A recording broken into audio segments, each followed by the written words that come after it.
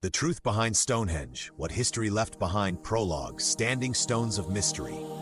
For centuries, the prehistoric monument known as Stonehenge has fascinated travelers, archaeologists, and daydreamers alike. Rising from the Salisbury Plain in southern England, its great sarsen stones and concentric circles of bluestones evoke an air of solemn grandeur that transcends time. Who built this colossal ring of rocks, and why? How did they manage such feats of engineering when even bronze tools were not yet in widespread use? A swirl of legends and theories has persisted. Medieval chronicles tied it to the wizard Merlin and Arthurian myth. Victorian scholars ascribed it to Romans, Phoenicians, or migrating Greeks. Modern research, however, has harnessed archaeology, geochemical analysis, and new dating technologies to piece together the layers of Stonehenge's story. While many mysteries remain, the monument's evolution from a simple earthwork enclosure to the towering circle of stone we see today offers fascinating insights into the spiritual, cultural, and scientific genius of Britain's Neolithic peoples. This article revisits the story of Stonehenge, exploring the latest archaeological finds, the controversies that have shaped scholarly debate, and the undeniable aura of a site that has stood for over 4 millennia, guarding the secrets of a vanished world. Chapter 1, A Site in Flux. From earthworks to stones, early beginnings. The earthwork enclosure, Cower 3000 BCE. Archaeologists generally date Stonehenge's earliest phase to around 3000 BCE. Excavations show that before any great stones were raised, an earthen bank and ditch, forming a circular enclosure, were dug into the chalky soil of Salisbury Plain. This enclosure, roughly 110 meters in diameter, was likely used for ceremonial or ritual activities. Within it, researchers have found cremation burials suggesting the area served as a sacred burial ground long before the famed stone circle took shape. Also discovered were Aubrey holes, 56 round pits forming a ring just inside the enclosure. Their purpose remains debated. Some believe they once held upright wooden posts or even small standing stones. Either way, this first stage hints that Stonehenge's function was deeply ritualistic from its inception, perhaps honoring ancestral spirits, forging community identity, or marking cosmic events. Arrival of the Bluestones, ca. 2600 BCE. Around 400 years later, a monumental shift occurred. The first bluestones appeared at the site.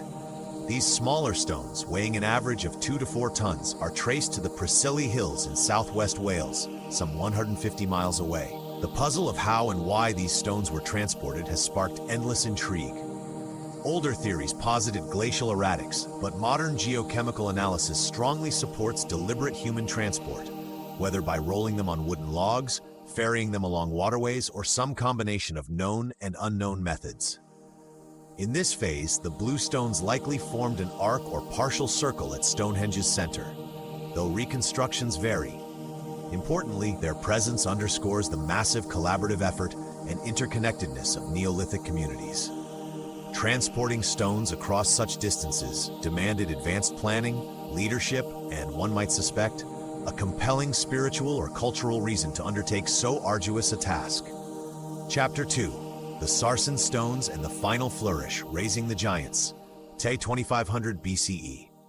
The largest stones at Stonehenge, known as sarsens, come from the Marlborough Downs roughly 20 miles away. These massive slabs, some topping 25 tons, were shaped with surprising sophistication.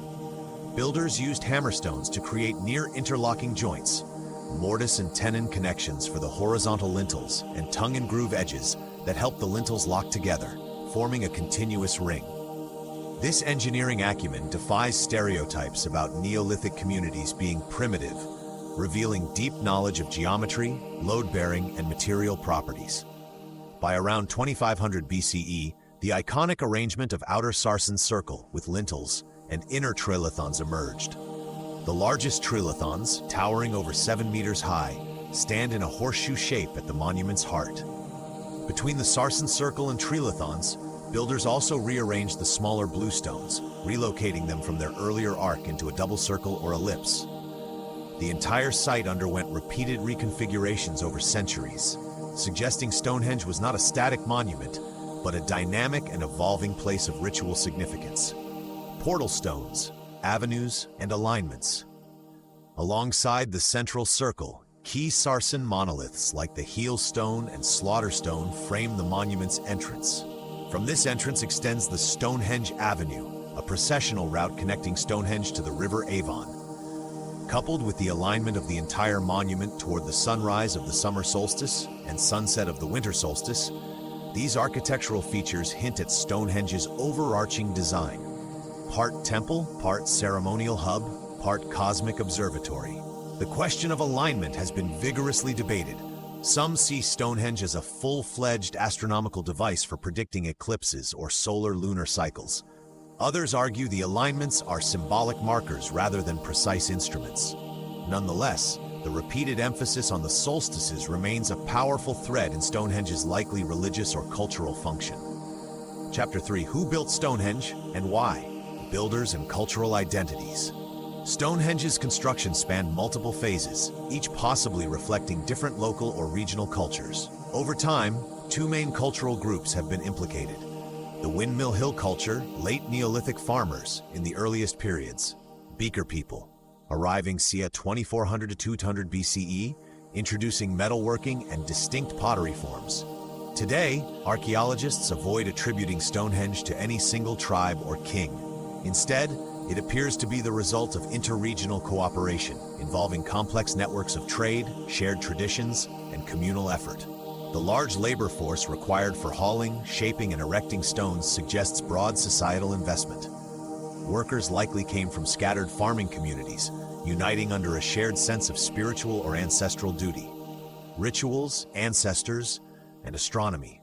Why go to such lengths? Stonehenge is widely seen as a ritual landscape, integral to funerary rites, seasonal festivals, and possibly ancestor veneration.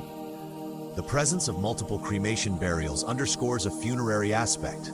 Modern archaeological chemistry, analyzing isotopes in bone, indicates that some people interred at Stonehenge came from as far as Wales or North England, reinforcing the site's broader cultural gravity. Astronomical alignments, especially with the solstices, bolster the theory that Stonehenge played a role in marking seasonal transitions. For agrarian societies, precise knowledge of seasonal shifts was critical for planting and harvesting. The cosmic spectacle of the midsummer sunrise or midwinter sunset framed by these massive stones would have been awe-inspiring and perhaps validated the religious or ceremonial authority of those who managed the site. Chapter 4. Unraveling Myths and Modern Discoveries. The Merlin Myth and Medieval Interpretations. During the Middle Ages, writers like Geoffrey of Monmouth wove Stonehenge into Arthurian legend, claiming the wizard Merlin magically transported stones from Ireland. Such stories, though fantastical, underscore how Stonehenge's grandeur captured imaginations long after its original purpose was lost. To medieval chroniclers, the megalithic site felt beyond ordinary human achievement, thus meriting supernatural origins. Antiquarian pioneers and early archaeology. Systematic interest in Stonehenge resumed during the 17th and 19th centuries. Antiquarians like John Aubrey and William Stukeley meticulously mapped the site, naming features like the Aubrey Holes. While they lacked modern techniques, their observations aided future researchers. Stukeley popularized the notion that Druids built Stonehenge, tying it to Celtic priesthood and sun worship. This Druidic association endures culturally, even though we now know the monument predates Iron Age Druids by over a millennium. Radiocarbon dating and 20th century breakthroughs. The invention of radiocarbon dating in the mid-20th century was a game changer. Archaeologists could now more accurately assign time ranges to artifacts, burials, and layers. Over decades, each excavation refined the Stonehenge timeline. In the late 20th century, geophysical surveys and ground-penetrating radar (GPR) scans revealed hidden pits, ditches, and pathways in the surrounding landscape, indicating Stonehenge was merely one element in a broader Neolithic ceremonial complex that included Durrington walls, Woodhenge, and numerous barrows. Chapter 5. The Modern Stonehenge Landscape. Durrington Walls and Woodhenge. A few miles northeast of Stonehenge lie the massive earthworks at Durrington Walls, once a vast Neolithic settlement that may have housed the very workers who built or venerated Stonehenge. Excavations here have uncovered remains of communal houses and feast debris, especially pig bones, suggesting large gatherings. Nearby Woodhenge was once a circular arrangement of large timber posts, perhaps a counterpart to Stonehenge's stone architecture. The entire region pulses with prehistoric significance. Processional avenues connect these sites to the River Avon, forming a ritual corridor.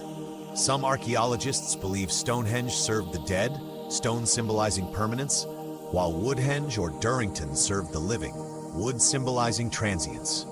The movement of people and relics between them likely formed part of elaborate ceremonies bridging life and afterlife. The Avenue and the River Avon. In the early 21st century, research by the Stonehenge Riverside Project confirmed that the Stonehenge Avenue aligns with the River Avon, implying a symbolic or literal journey from water, life, to stone, death, or eternity. Pilgrims might have disembarked on the banks, marched ceremonially along the avenue, and reached Stonehenge at pivotal moments in the year. The sense of crossing thresholds, from watery realms to the stone circle, reinforces Stonehenge's role as a liminal space bridging worlds. Chapter 6, Decoding the Stones, New Theories and Controversies. Acoustic Resonance. A novel line of inquiry explores acoustics at Stonehenge. Some researchers note that the ring of standing stones can create echoes or amplify certain frequencies. Coupled with percussive instruments and chanting, Stonehenge's layout might have produced a mesmerizing sonic environment. While the significance of this acoustic property remains speculative, it aligns with the notion of Stonehenge as a multi-sensory ceremonial stage. Healing Stones Hypothesis. Another intriguing proposal, championed by archaeologists Geoffrey Wainwright and Timothy Darvill, is that the Preseli bluestones were revered for healing properties. They argue that folk traditions in Wales associate these stones with curative powers. Thus, pilgrims might have traveled to Stonehenge, seeking physical or spiritual healing from the magic stones. This theory gained traction after isotopic analysis showed some individuals buried near Stonehenge had chronic ailments, suggesting they journeyed there, possibly in hope of a cure. A lunar calendar? A more recent interpretation, published in 2022, suggests Stonehenge's Sarsen Circle might function as a solar lunar calendar. The design, with 30 upright stones plus specific other features, might track months and intercalary days. Critics, however, caution that such interpretations can be overly neat or rely on assumptions about consistent usage across centuries. Debate continues, illustrating that even in the 21st century, Stonehenge's purpose remains partially elusive. Chapter 7, Preservation, Tourism, and Cultural Resonance. A World Heritage Site. Stonehenge is now part of the UNESCO World Heritage listing, recognized not just as a standalone monument, but as the core of a rich archaeological landscape. British heritage organizations like English Heritage manage it, balancing public access with conservation. Over the last century, infrastructural changes, roads bisecting the monument, car parks, and fences have spurred controversy. Calls to restore the site's natural setting led to the recent Stonehenge Visitor Center relocation and partial traffic rerouting, aiming to recapture some of the ancient vista. Modern pagans and druids. Contemporary druidic or pagan communities see Stonehenge as a living spiritual site. Celebrations at the summer solstice draw thousands of people, with the main circle of stones open to public gatherings at dawn.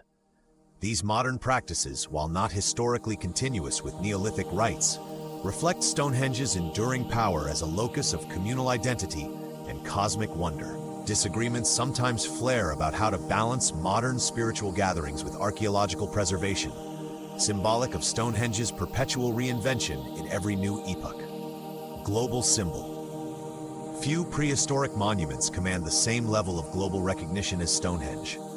Whether featured in tourism ads, pop culture references, think of the comedic miniature Stonehenge scene in the film This Is Spinal Tap, or deeper anthropological debates, Stonehenge stands as a universal emblem of the prehistoric imagination, a testament that ancient peoples, with simpler technologies, created wonders transcending mere survival. Chapter 8, The Unfinished Story.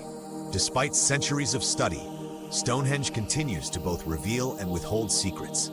Ongoing excavations at surrounding barrows, high-tech surveys revealing hidden features, and cutting-edge bioarchaeology yield surprising insights almost yearly. For instance, stable isotope analyses on animal and human bones from feasting sites hint at cyclical migration patterns, implying that Stonehenge was a magnet drawing communities from afar to mark key times of year. New questions keep arising. Did Stonehenge unify otherwise disparate Neolithic groups under a shared spiritual identity? How many times were the stones rearranged or replaced? Were there distinct phases of cultural shift or religious revolution? A definitive solution to these mysteries may remain elusive. Still, that lingering enigma is part of Stonehenge's charm. In an age of satellites and digital mapping, a 4,000-year-old ring of stones commands awe, reminding us that human culture is more than linear progress. It's layered, ephemeral, and at times transcendent. Conclusion: Stonehenge is a window into human ingenuity. Stonehenge has endured the ravages of time, the perplexities of academic debate, and the footsteps of countless pilgrims, antiquarians, and modern tourists. Each generation projects its own interpretations onto the silent stones, be they altars of druid gods, Merlin's works, or an ancient cosmic clock. But if one truth emerges through the haze of myth and the rigor of archaeological evidence, it's that Stonehenge was never merely a random jumble of rocks. Rather, it was the culmination of complex human endeavors, bridging realms of life and death, earth and sky, the known and the mystical. Standing in its presence at sunrise or under a moonlit sky, one senses the genius and spirituality of those who carved and raised the sarsens, and the distances they traveled, physically and mentally, to build a sanctuary of stone. In these silent arcs of monoliths, we glimpse a grand expression of communal identity, reverence for ancestors, and a quest for cosmic alignment.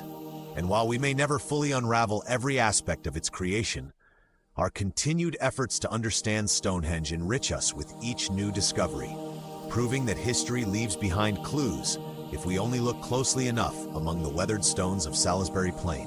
Where is Stonehenge? Stonehenge is one of the world's most famous monuments. It stands on Salisbury Plain in Wiltshire, and its giant stones can be seen from miles around. Stonehenge took many hundreds of years to build. Work began in the late Neolithic age, around 3000 BC. Over the next 1,000 years, people made many changes to the monument.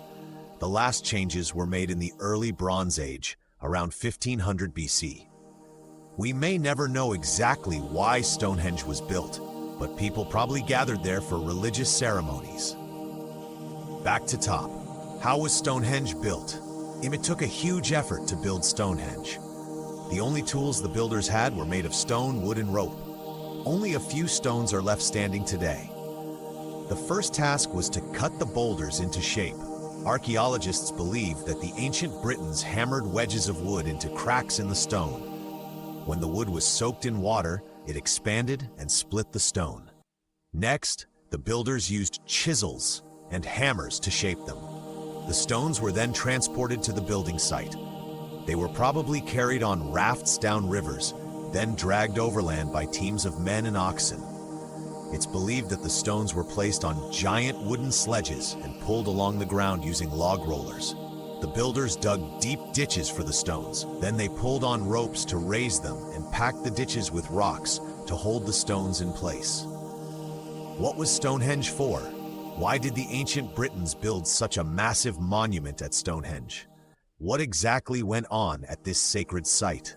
Image caption: this is an artist's impression of a ceremony at Stonehenge. We can only guess what happened there, but it is likely that hundreds of people gathered at the stones. Some people think that Stonehenge was used to study the movements of the sun and moon. Other people think it was a place of healing. The ancient Britons believed that the sun and moon had a special power over their lives. It is very likely that they held special ceremonies at Stonehenge on Midsummer's Day, the longest day of the year, and on Midwinter's Day, the shortest day of the year. Many experts believe that Stonehenge was used for funerals. They suggest that people carried the dead along the River Avon and then walked up to Stonehenge in a grand procession. The most important funeral ceremony of the year was probably held on Midwinter's Night at Stonehenge. This may have been because it is the longest night in the year. Back to top, other circles. Stonehenge is just one of hundreds of stone circles that have been found in Britain. During the early Bronze Age, circles built from stone or wood played a very important part in the religious life of the British people. Avebury Stone Circle is actually 3 circles in one. two rings of standing stones stand inside a much bigger structure, known as the Great Circle. When it was completed in the early Bronze Age, there were around 100 stones in the Great Circle. Woodhenge is just 2 miles away from Stonehenge. It was a circular structure made up of 168 wooden posts. There is evidence that animal sacrifices were performed at Woodhenge. There may even have been some human sacrifices too. This is the Ring of Brodgar on the Orkney Islands in Scotland. Today, only 27 stones are left standing, but when it was built in the early Bronze Age, it had 60 standing stones. Stonehenge was uncovered on the Norfolk coast in 1998. It's formed of a circle of wooden stumps made from oak. Stonehenge was originally built on marshes close to the sea. Bronze Age people probably gathered here for funerals. Back to top activities. Activity 1. Explore what Stonehenge looked like 4,000 years ago. Back to top. Activity 2. Stonehenge quiz. Back to top.